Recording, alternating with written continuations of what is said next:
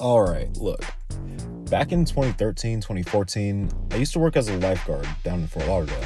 I had this female coworker who was always watching these Vines or Snapchats because it wasn't Instagram Reels or TikToks. Obviously, that wasn't even a concept at that time.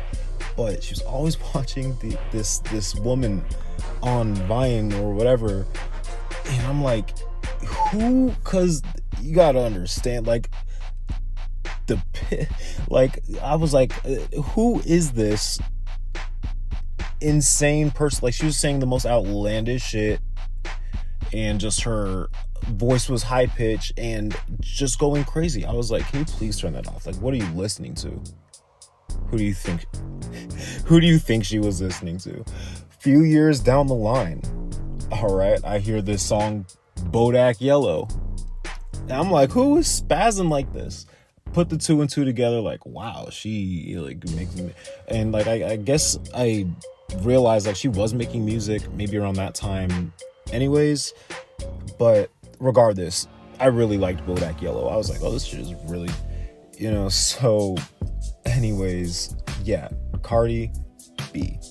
Now, I say all that to say this. She's been through a lot in the last few years. She's been in the forefront of the news. Even recently, she was going through a court case. She's been going through her divorce with Offset. She's trying to be a great mother for her children, still focusing on her music career and everything. She's had a lot going on for such a long time. It's actually been about 7 years after her debut album, Invasion of Privacy, which brings us to today, September 19th. Her sophomore album, consisting of 23 songs, 1 hour and 11 minutes. Before we even get into it, was that intentional? Was that a bar in itself? 1 hour and 11 minutes?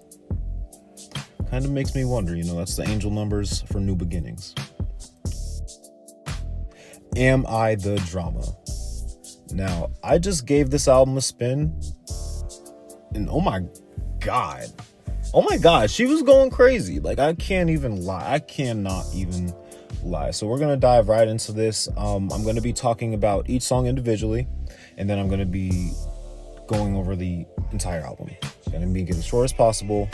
Bear with me. So we have our opening song, Dead. Summer Walker opens up that album, declaring war pretty much, and Cardi is talking her shit. She's essentially just calling out every rap chick that she ain't really like friends with, but even at that rate, you know what I mean? It's all like you're still competition. It's gonna be smoke, and I think she was definitely 100% dissing Nicki Minaj and anybody else who that shoe fits. And we'll get into some more disses later because, yeah, she was again going for heads, trying to make someone dead. We have Hello is the second song. That's definitely a club banger. I need to see a music video with that one. I think it would just be really hype. Aside from that, I really like the hook on that one as well. And one of my favorite bars in that, she says, "I'm carrying these bitches, surprised I'm not showing." Like, kind of also alluding into her, pregnancy now. If you didn't know, then now you know. Cardi B just recently also announced her pregnancy. Is she engaged but she's with her new man, Stephon Diggs. Didn't really know much about their relationship, but I was just doing some little bit of research for this video here. Now we got song 3, Magnet. It's a great follow-up song for Hello. It carries on that same like braggadocious kind of vibe. The bars are gonna be fairly similar, but she's always gonna do her best to make them unique. So just because she's mentioning this in one bar and then says it again in another song doesn't mean she can't flip it, make it creative. Like, the best of the best do that. Like, if you don't know, you've been listening to damn near the same rap song for years, no matter what artist it is. Like, they got to go through a lot to make sure that they're actually staying unique and staying different with the things that they say, because a lot of the time they're going to be speaking on the same things. We have another change of pace with Pick It Up. The vibe switches with this amazing Selena Gomez feature on the chorus. This is kind of like a situationship element that we have going on in this song, speaking on not getting over how like somebody makes her feel.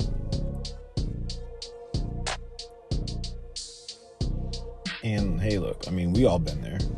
I really like this song. Like, it's very relatable. That, like, are you with me or are you not? Like, what are we doing kind of vibe. Now, Imaginary Players. This was released a few weeks ago as a single, and it's riddled with bars. She was rapping her ass off in the song. Of course, it's a flip on Jay-Z's version, Imaginary Players as well. Imaginary Players? I'll have to go back and see. I'm pretty sure it was called Imaginary Players as well, just with the S. But yeah, this song is so good. Riddled with bars. The glory hole bar is so creative and simple. It's like something that Lil Wayne would say. Like, bitches don't know who they fucking with. Like, glory hole, bitches don't know who they fucking with. That's what it was. Really, really clever. I love that bar. She also says, I buy grown men watches and tell them take links out. Like, talk your shit, Cardi. Love it. Bodega Baddie. This one is definitely for the Latinos, Latinas. I really like this one too. It has like a merengue / Jersey vibe beat. Worked really well. And, she's like, being in touch with her Latin roots with that, which I really like. She had a smash hit with I Like That on her first album. So I don't even think she's trying to replicate that, but she's letting you know, like, hey, here's my ethnicity. Like, I want to show, like, she is Dominican. Yeah, the best way to describe that song, she kind of opens it up with this line, calling herself the Trap Selena. I think that fits tremendously. Salute. Now, it feels like the mission statement is rapping her ass off. Like, she wanted to do everything she could in this album to prove like she has that skill, she has that talent, and she does. There's no ifs, ands, or buts about it. Cardi can rap. There's nothing really that stood out in this song, but I do like this one a lot. So far, so good with this album. I don't think it has any skips so far. Safe. Kalani pulls up, and the thing that they're talking about, the thing that everyone wants out of a relationship. The feeling that you're safe and you're cared for, especially in a woman's perspective. They want that security in multiple ways. And fellas, if you can make your woman just feel safe around you, I promise it's the best feeling ever. You're doing something right. Be her protector. In this, she's also definitely talking about her new relationship with Stephon Diggs. She even announces her pregnancy in this video. She also announced her pregnancy in an interview just a day or two ago at the time of this recording, but this gives you the visual where they're sitting down outside on a date, and she flashes a pregnancy test, and I imagine that's kind of what actually happened in real life.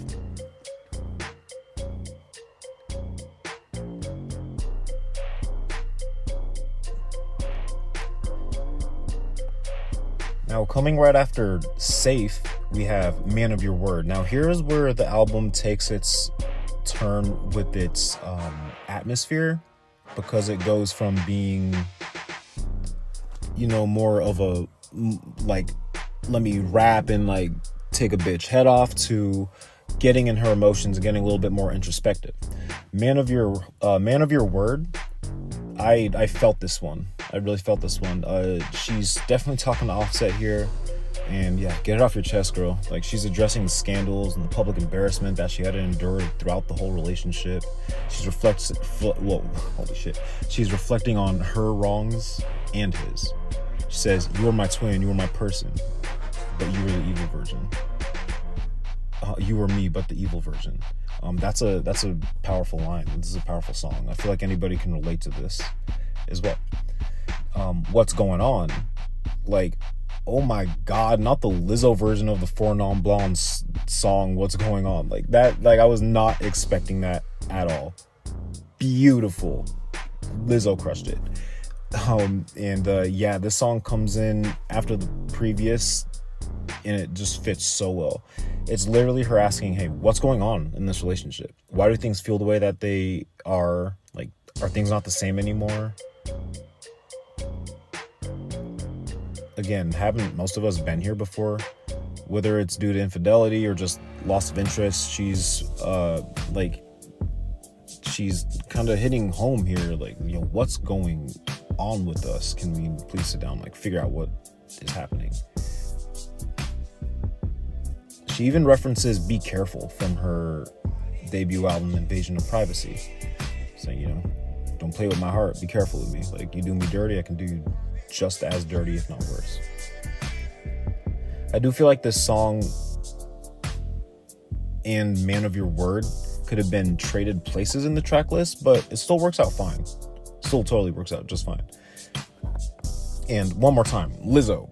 Bro, damn, I like this cover a lot. Just what the fuck is going on? Like at the end, like spoiler alert for that, but like so great. She sounds ethereal on this song. Shower Tears, Summer Walker spins the block a second time on this track, and Cardi B is just getting it all off her chest still. It's interesting, man. The last 3 songs all have the same theme of ending a toxic relationship and discovering closure, but they're still so different from each other. Outside, this is a rebound anthem. Like, I see it. I cannot escape this song every time I have to listen to the radio for work, but now after hearing Man of Your Word and What's Going On and Shower Tears, it kind of puts this whole song in a different light. It's literally telling the story, like, as you listen to this album, it's most of the things that she was going through in stages. She really, really does a great job of providing women empowerment through her songs. Like, you hear that with Up and WAP, and she's always been doing that, but it's just really great that she never strays away from that. She's always uplifting her ladies. Pretty and Petty. Now, this is another slapper here, but she is dissing. Oh my God, Bia caught a shell, yo. She goes, name 5 Bia songs, gun pointed to your head. She says something about you got melatonin flows, no BET awards. Bia, she a Labrador. You mom fucked around with my white man. You're a meatball. You Italian. Like, oh my God. Kicked out a condo. Why'd you get kicked out the condo? You're always at Diddy's house. I heard they combed that kitty out. That's crazy. She called her diarrhea Bia. She called her diarrhea Bia, bro. Fucking vile. She says, it's been 2 years since you had a number on the board. You built like your dad. What the it's riddled with this is to Bia. And yeah, apparently Bia said some shit about Cardi's kids, and we all know you don't fuck with Mama Bear, so you might have deserved that one, Bia. I'm not gonna lie. Better Than You is piggybacking off of Pretty and Petty, and yeah, that was almost pretty tough to say. Shit, this is clearly and proudly saying that she's better, and if you're throwing shots, then tell them cheers. Said you ain't on my level, bitch, it's tears. Wordplay, love that. All my cars are chauffeured, I don't touch door handles and gears.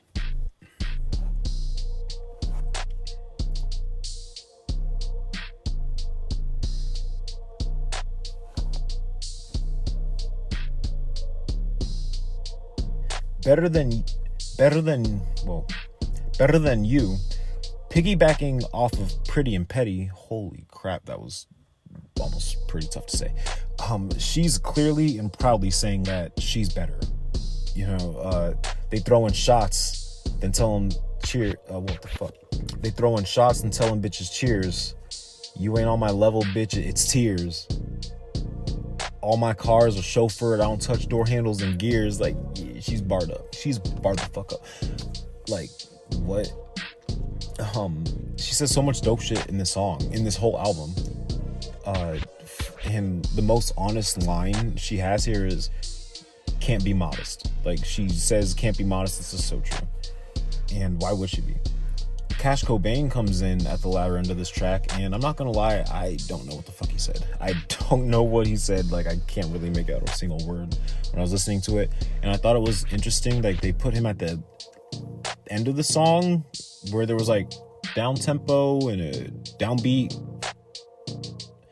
I don't know. I like Cash Cobain, but I don't feel like he fit well on this song, or maybe on the part of the beat that he was on. It was kind of weird. It was a weird structure, in my opinion. But yeah. On My Back, it's a freaky ass hook, freaky ass song, really. Not saying that there isn't freaky shit said all throughout this album, but this is the dedicated bedroom jam. I imagine this one is going to sit very well with the ladies that are in love right now. Also, it's a great fucking change of temperament when comparing this song to the other cuts describing pain and heartbreak. Like, yeah, this is,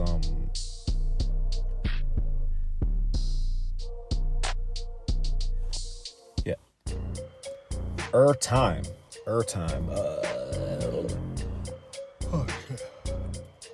Time. Now, this is another club joint. Shout out to Lotto. We got a Lotto shout out in here. And I want to say here, this is like a generic Cardi song. And it's great. It works. Like, when I say a generic Cardi song, that's better than most songs other rappers are putting out. Like, she has hits, whether you like it or not, whether you like her or not. There's nothing to really say about that. I want to note like how she uses her inflection in her voice. It's important for vocalists to know that your voice is an instrument. You need to like put passion through your delivery. That's what separates a lot of the really great singers, vocalists, rappers, whatever the case. Like, you have to be able to feel that passion through the voice. It's not what you say, it's how you say it, right? Now, next song, we have Check Please. Again, this is bragging about... Moving to the next song, Check Please. Again, this is bragging about it because she should. You know, opening up saying that rappers aren't even pulling the same numbers as Cardi's debut album, which, again, 7 years ago. Y'all bitches done eating? Check please. The standout line here is they say Red Bull gives you wings. Well, so does Cardi B. Like, it's tough, man. She's barred up. She's with the street bars. She has the introspective bars, the love, the making love. Like, she's a pretty well-rounded artist when it comes to content in the songs. You know what I mean? And if you saw my Ice Cube review, I'm really about the content in songs. Like, just put something in, like, stand for something, please. The next song would be Principle. And here's something you didn't realize that you needed for your life. Janet fucking Jackson and Cardi B together, okay? They're on the same track, but it's... now, Janet is more of, like, background vocals in the song, like a sample, but she ties this one together really well with that little sample that she has. I really like the song, though. It's just Cardi laying out the principles and standards of what she expects in a relationship, and even just an acquaintanceship. Loyalty, honesty, ride for me, I ride for you. The principles. Trophies, hard as fuck. She went crazy in this. She said, I don't call it cops, it's boom boom on all the ops. Like, damn. Yeah, I don't know. I like when Cardi talks tough, man. I feel it more than when Drake talks tough. I'm not gonna lie. If you didn't know, like, look, if you're not gonna catch no... you're not gonna catch much Drake support from me from this channel. Like, I like this older stuff, but look, I'm not even gonna get into it. Maybe I'll make a whole other video on that. But, like, when Cardi says some street shit, I feel it. Whenever she's got gum bars in her lyrics, I'm like, okay. Like, I don't question it, but there's a lot of other artists that I'm like, are you sure? You sure about that? So, yeah, she says, these hoes shaped like turkeys.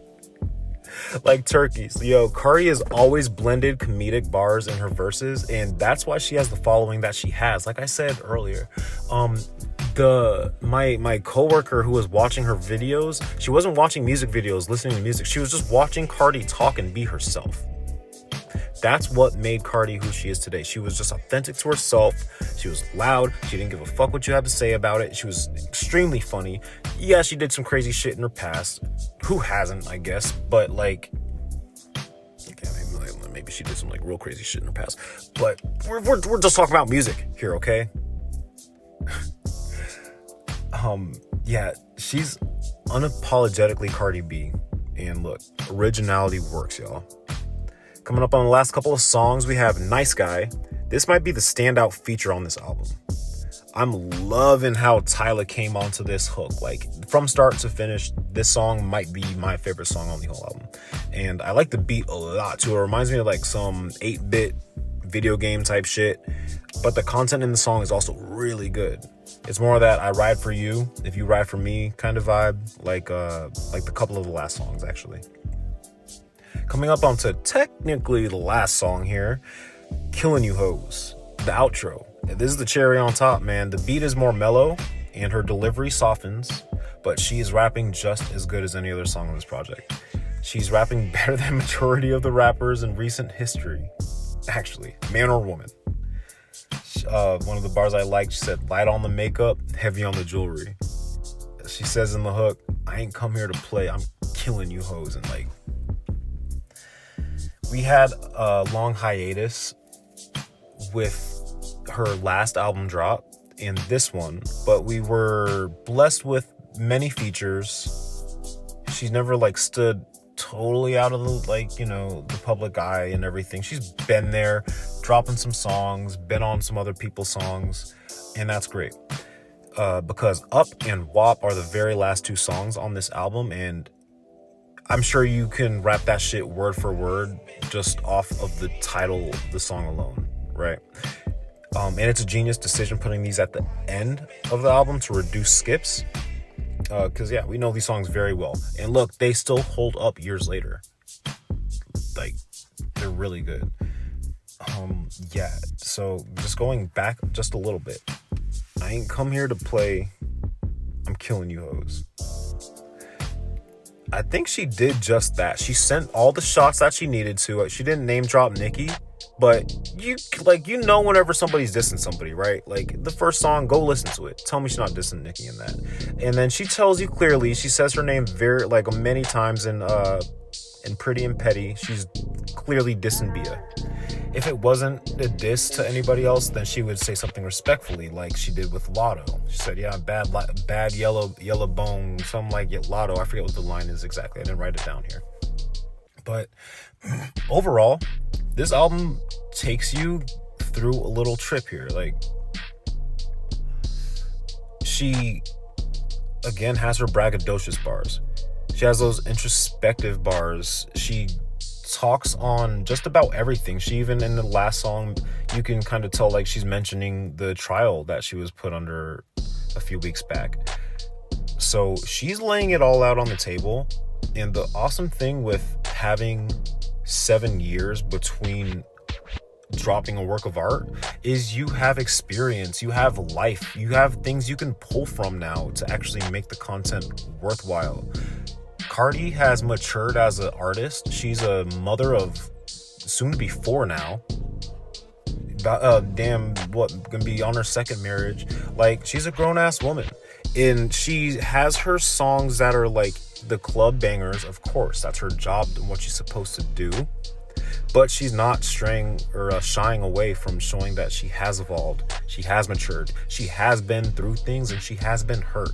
And she's laying it all right out in front of you on this project. And I listened to this whole album start to finish and I didn't feel like I wanted to skip any songs. An hour and 11 minutes. I didn't sit all the way through it because I was just doing other stuff.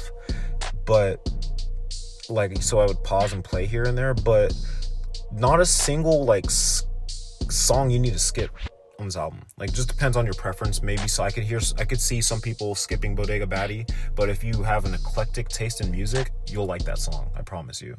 Salute, again, it wasn't like anything crazy, but it was still a good song. She was still like rapping really, really well. Like, her flows was great in that song.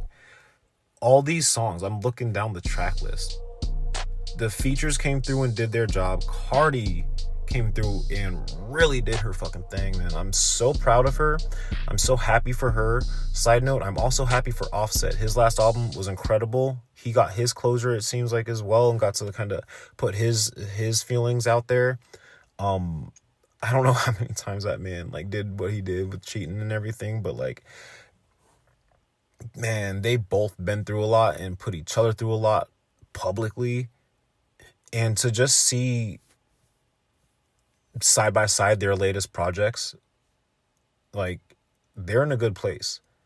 And as long as we have music like this continuously coming out, hip hop is going to be in a great place. So, one question.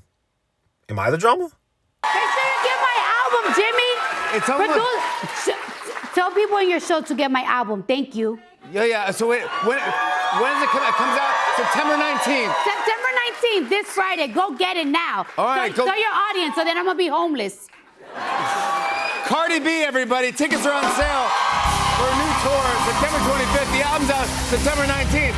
I love her. FaceTime me next time you're here. I'd love to know if you're in town. That's great.